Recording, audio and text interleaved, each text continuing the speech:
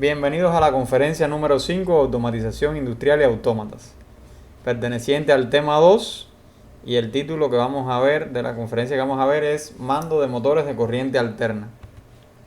El objetivo de la actividad es el estudio de los diferentes circuitos de control y de fuerza que se utilizan para lograr el mando de los motores trifásicos de corriente alterna. Para ello vamos a ver primero generalidades sobre el motor de corriente alterna, mando del arranque del motor de jaula de ardilla, mando del arranque del motor de rotor bobinado, mando del frenado de los motores de corriente alterna asíncronos, esquemas de inversión del motor asíncrono, motores síncronos, generalidades sobre ellos, mando del arranque de los motores síncronos, frenado de los motores síncronos y esquemas de accionamiento eléctrico complejos. En la actividad anterior estudiamos el mando de los motores de corriente directa, que se realiza de tres formas posibles, en función del tiempo, en función de la velocidad y en función de la corriente. Vimos los diferentes arranques, diferentes circuitos de frenado y cómo realizar la inversión de marcha. Tenemos las siguientes preguntas de control. ¿Cuál es la diferencia fundamental entre el mando en función del tiempo y el mando en función de la velocidad? Bueno, en función del tiempo se realiza utilizando relé de tiempo y vamos a tener que ajustar los tiempos de ese relé en la práctica dependiendo de la carga que tiene el motor, porque va a ser un tiempo fijo, mientras que cuando se hace el mando en función de la velocidad, automáticamente si la carga es muy pesada se retarda el arranque y esto se compensa automáticamente porque hasta que el motor no alcanza la velocidad que se ajustó no se van eliminando los pasos de resistencia. Explique cómo se realiza el frenado dinámico en los motores de corriente directa. Bueno, para realizar el frenado dinámico lo que vamos a hacer es, manteniendo la excitación conectada, vamos a desconectar el devanado de armadura de la red eléctrica y vamos a conectarlo en paralelo con una resistencia donde se va a disipar la energía cinética que tiene el sistema. Diga cómo se logra la inversión de marcha de los motores de corriente directa. Pues básicamente lo que tenemos que hacer es invertir la polaridad en el circuito de armadura, nunca en el circuito de excitación, y explicar el principio de funcionamiento del siguiente esquema. Este es el esquema de la carretilla. Por allí tienen un video en YouTube con la explicación del esquema de la carretilla eléctrica. Bueno, generalidades sobre el mando de los motores asincrónicos. Las máquinas asincrónicas se fabrican monofásicas y trifásicas, siendo estas últimas las más empleadas en la industria moderna. Recuerden que aunque en nuestro hogar utilizamos las máquinas monofásicas, en las industrias y los talleres estas máquinas prácticamente no existen. De los motores eléctricos, el de inducción es el que se emplea con mayor frecuencia. Estamos hablando de que puede ser hasta un 90% de los motores que se encuentran en la industria. Su sencillez, resistencia y el poco mantenimiento que requiere son algunas de las cualidades que justifican su popularidad. Los motores de corriente alterna trifásicos se dividen en dos grandes grupos, los motores síncronos y los motores asíncronos. Estos últimos son de jaula de ardilla y de rotor bobinado, siendo mayoritariamente de jaula de ardilla y muy específicamente en algunas aplicaciones se utilizan los de rotor bobinado. Bueno, las partes fundamentales de un motor asíncrono de rotor en cortocircuito, o sea de jaula de ardilla, pues va a tener sus rodamientos, la carcasa con su barra de montaje, rodamientos en un extremo y en el otro, el rotor en forma de jaula, en un diseño, como pueden ver en la foto, bastante sencillo y compacto. Tiene este material ferromagnético que está atravesado por unas barras de mejor conductividad por acá adentro, que une los dos anillos. Yo me imagino que ya esto lo están viendo en máquinas eléctricas, si no es que lo dieron. Tienen el estator donde están los devanados. O sea que lo primero que hay interesante en este motor es que las partes que giran no tienen ningún tipo de devanado y esto mecánicamente ayuda muchísimo, ¿no? Tiene el ventilador, que es una parte muy importante porque hace que corra el aire, circule a través de los devanados, enfriándolos. Por lo tanto, cuando vean un motor asincrónico de jaula de ardilla sin ventilador, se pueden imaginar que va a haber calentamiento en los devanados y por lo tanto no se puede aprovechar su potencia al máximo, la tapa del ventilador. Y acá arriba la bornera con su placa de conexiones y sus tapas, ¿no? Bueno, el mando de arranque de los motores de jaula de ardilla. Aquí estamos viendo el esquema de fuerza de un motor de jaula de ardilla conectado, arrancado directo de la línea, lo cual es una de las grandes ventajas, que es un motor que puede arrancar directo de línea, excepto en el caso de motores de muy gran potencia, donde sería una sobrecorriente muy grande en el arranque. Aquí tenemos nuestra cuchilla con fusibles, tenemos nuestro contactor magnético en el esquema de fuerza, acá el térmico y finalmente nuestro motor trifásico aterrado. Este circuito de potencia, aquí sería el esquema de cada uno de estos componentes: la cuchilla con su fusible, el contactor magnético, el térmico, la botonera, que no la tenemos acá, la tenemos en el circuito de control. Y vamos a analizar el circuito. El circuito más sencillo que se puede hacer para arrancar un motor es el arranque directo de línea o a tensión plena del motor trifásico de jaula de ardilla.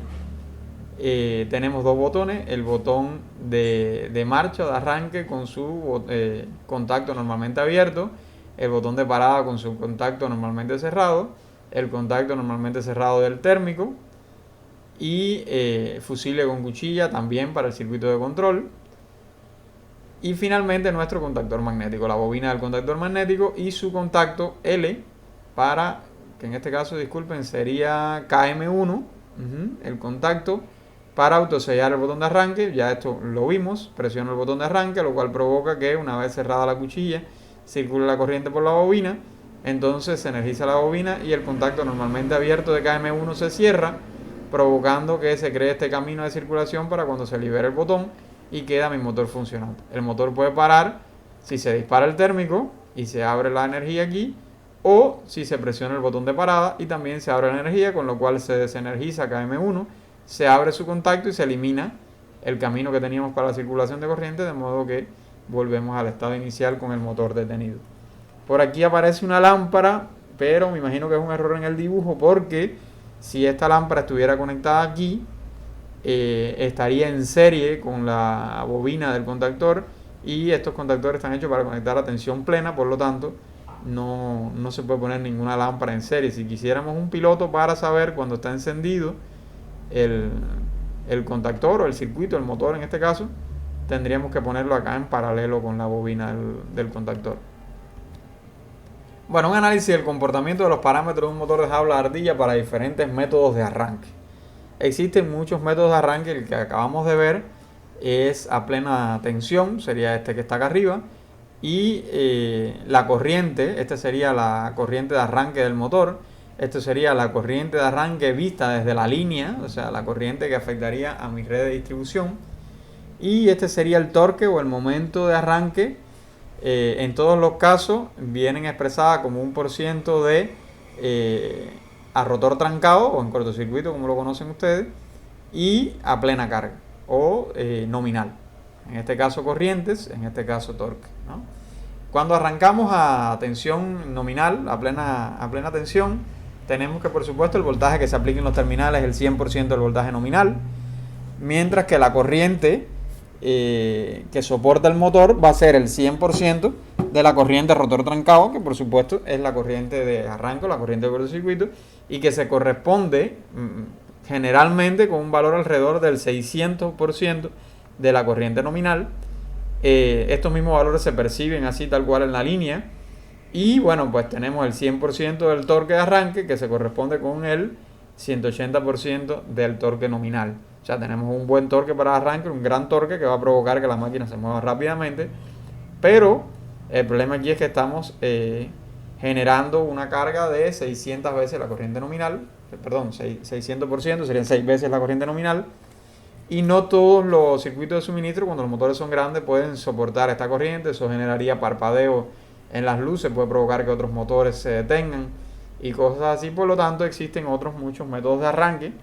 Empezamos acá con el método de conexión de autotransformador. Un autotransformador comparte el mismo devanado, el primario, con parte del devanado secundario. O sea, comparten un devanado las dos etapas, por lo tanto no hay aislamiento galvánico. En este método se puede usar un tap al 80%, al 65%, al 50%, o se pueden usar distintas etapas para irlo arrancando suavemente. Vamos a concentrarnos cuando aplico la mitad de la tensión. el 50% de la tensión, lo cual implicaría un 50% de la corriente de cortocircuito. Esto es bastante lógico porque ahí no se está moviendo el motor. Y esto se corresponde con un 300%, o sea, 3 veces la corriente nominal. O sea, aquí tengo un esfuerzo de 3 veces la corriente nominal. La línea, sin embargo, lo percibe solamente como un 75% de la corriente nominal. O sea que en este caso tengo un arranque a una corriente incluso menor que la corriente nominal, lo cual es muy satisfactorio en términos de proteger a la red de distribución. Y tenemos un torque que sería el 25% del torque de cortocircuito, pero que en términos de torque nominal sería el 45%. Ya esto no es tan deseable, vean la proporción. O sea, la corriente sí es menor que la nominal, pero tengo un torque que es menos de la mitad del torque nominal y puede ser que no sea suficiente para comenzar a mover el mecanismo que tienen conectado al eje del motor, ¿no? O sea, sí es un método que reduce la corriente, que impacta muy satisfactoriamente sobre la corriente de línea, pero que tiene este inconveniente. Fíjense que si usara el 80% del voltaje por acá, pues tendría en términos de corriente, tendría 3 veces la corriente nominal, que bueno, es la mitad de lo que tengo cuando arranco tensión plena, y tendría un 115% del torque nominal, lo cual en la mayoría de los casos va a ser bueno, o sea, va a ser suficiente para comenzar a mover el motor. Aquí tenemos con devanado parcial. En este caso estamos hablando de un motor que pudiera ser conectado a lo mismo a 220 que a 240, perdón, que a 440. Estoy poniendo un ejemplo aquí, un motor de 2 tensiones de alimentación. Estos motores tienen un devanado que tiene un borne conectado a la mitad del devanado, así que lo puedo conectar a la mitad si es a tensión reducida o al devanado completo si es a la tensión de 440. Imagínense que voy a alimentar por 440, alimento devanado completo. Si voy a alimentar a 220, obvio esta parte de arriba del devanado y alimento abajo. O incluso muchas veces lo que se hace es que se ponen en paralelo las dos secciones del devanado y se conectan a la tensión media, que sería en este caso 220 volts. Entonces esos motores existen y para esos motores yo pudiera arrancar conectando mi tensión. Imagínense que el arranque fuera para 220 volts y yo voy a conectar el devanado como si le fuera a dar 440 volts. El resultado de esto es que estoy alimentando con una tensión menor que la tensión que espera el motor. Por lo tanto, la corriente de arranque también es menor. O sea, estoy alimentando con la mitad de la tensión. En esencia, eso es lo que percibe el devanado. Y en consecuencia tengo un torque que fíjense que es menor que el 90% del... O sea, es menor que el torque nominal, ¿no? Es solo el 90%. Pero esto solo se puede hacer para este tipo de motores que son bastante específicos, ¿no?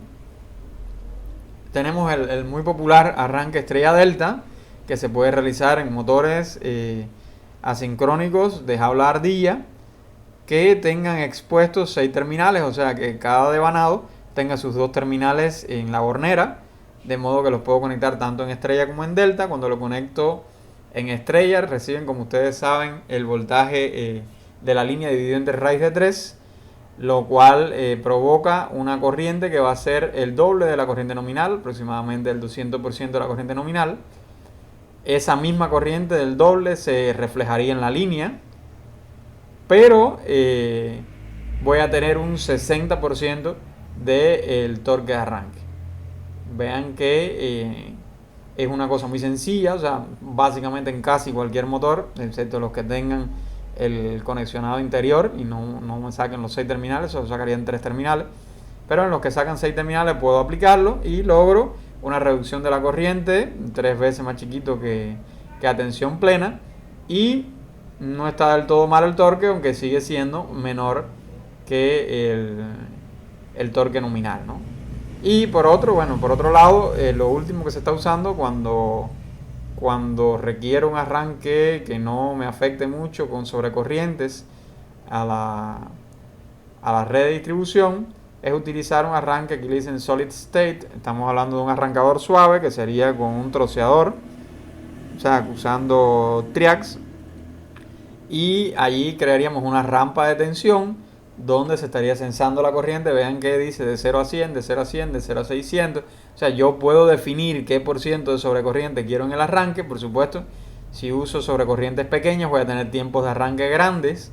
Y como ya les dije, las protecciones térmicas reaccionan a estos dos valores, al valor de sobrecorriente y al valor del tiempo. Así que ahí tengo que jugar que no se me dispara el térmico si escojo una corriente muy chiquita, porque el tiempo de arranque sería más grande y tienen que dar con esos parámetros.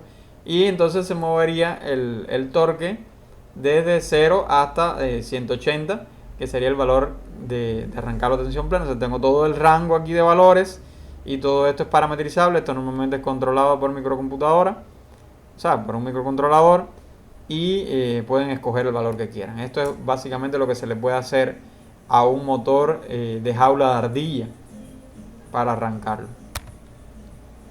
Bueno, un arranque directo de línea. Tenemos una cabina como esta que está acá. Aquí está dividida en dos la cabina. Por un lado tiene cuchilla con fusible. Vean que se manipula manualmente este interruptor. Y por otro lado la botonera de control. Aquí tienen un ejemplo en una pizarra para un arranque directo a línea. Este es el desconectivo de la cuchilla, donde están los fusibles para proteger contra cortocircuito. Aquí tenemos el contactor magnético.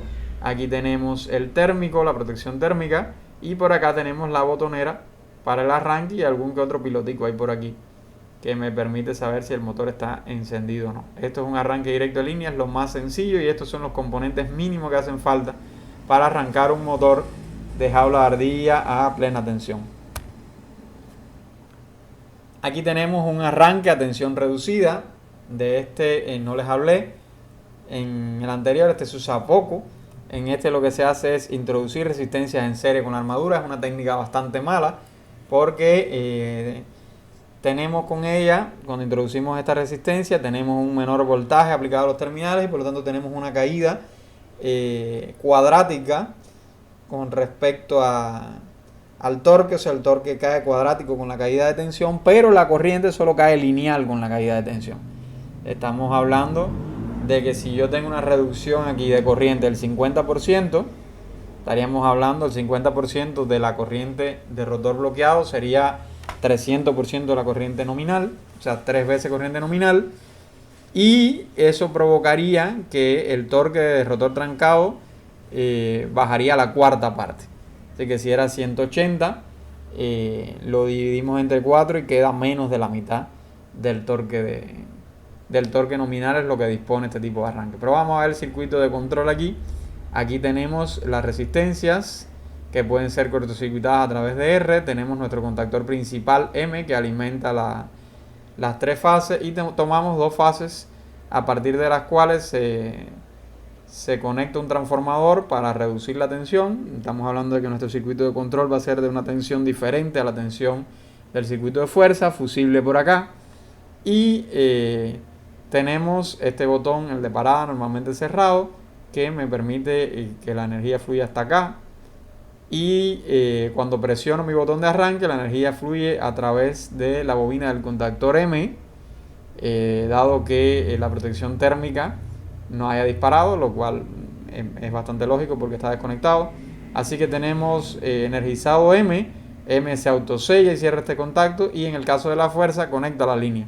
La energía fluye a través de estas resistencias hacia el motor, por lo tanto mi motor empieza a arrancar con tensión reducida, y al mismo tiempo que se energizó M, se energiza la bobina del temporizador TR, que empieza a contar un tiempo pasado el cual se cierra su contacto normalmente abierto, contacto que se mueve con tiempo, y se energiza la bobina del contactor R, cortocircuitando las resistencias del circuito de fuerza y dejando conectado mi motor a plena tensión. Este sería el último paso del arranque si se hace un arranque a tensión reducida empleando resistencias.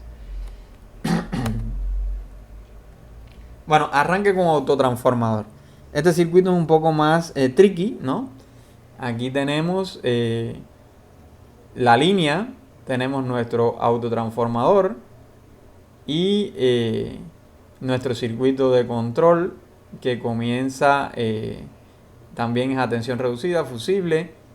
Vamos a ver cómo quedaría esto al principio. Están abiertos los 3 contactores C1, C3, C2, y por lo tanto no llega la alimentación de ninguna forma ni al motor ni al autotransformador. Vean que todas las vías de acceso están bloqueadas, ¿no?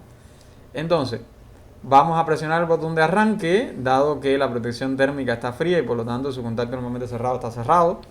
Circula corriente a través de TR, que sería un relé de tiempo. Vean que se utiliza un contacto normalmente abierto de TR, pero que no entra con tiempo, o sea, que entra automáticamente. Ya les comentaba que existen estos dos tipos de contactos para los relés de tiempo. Entra aquí el contacto TR1 y autosella el botón, ya puedo soltar el botón sin problema. También entra aquí TR2 y me trae energía hacia acá. Como C1 estaba desenergizado, pues la energía debe fluir hasta aquí sin ningún problema.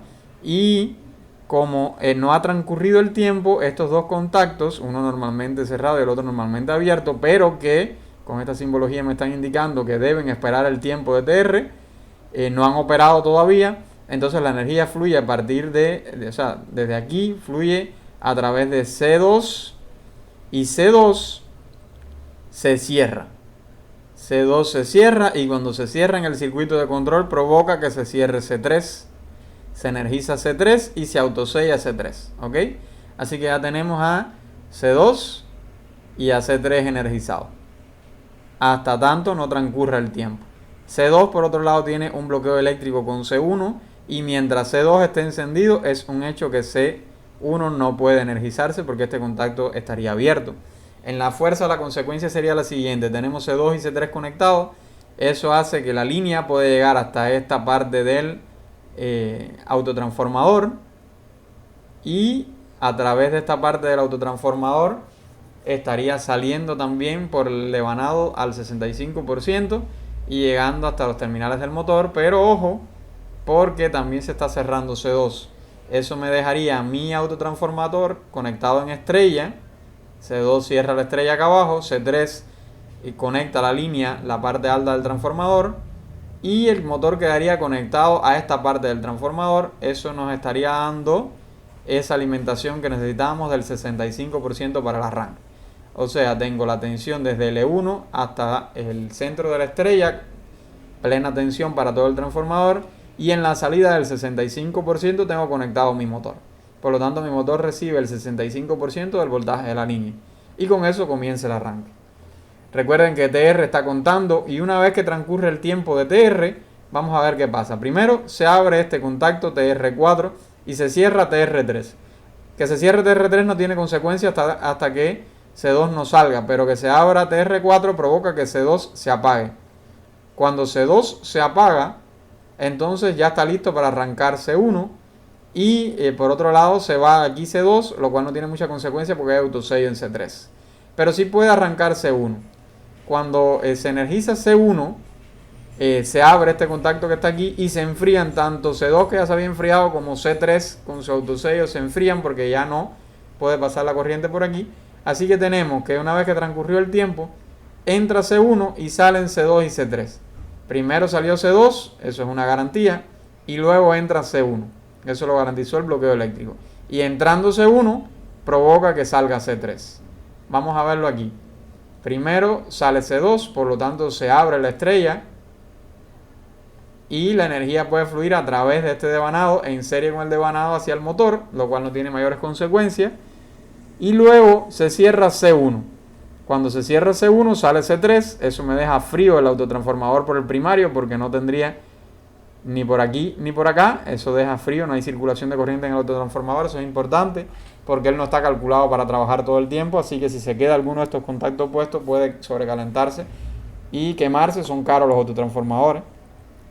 Se cierra C1 y por lo tanto la línea es capaz de llegar directamente hasta el motor pasando por el térmico.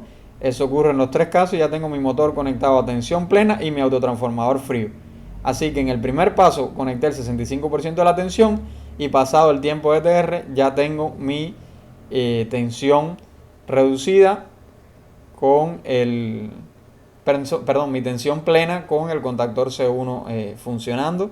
Y aquí tienen un esquema de cómo quedaría eso con mis tres contactores y con mi autotransformador en la pizarra. En el laboratorio también tenemos autotransformador. Aquí tenemos el térmico, mírenlo por acá. Y por acá tenemos botonera, por acá tenemos lo que puede ser relé de tiempo por aquí o por acá. Entonces este sería la vista real y este es el esquema de fuerza y de control del arranque a tensión reducida.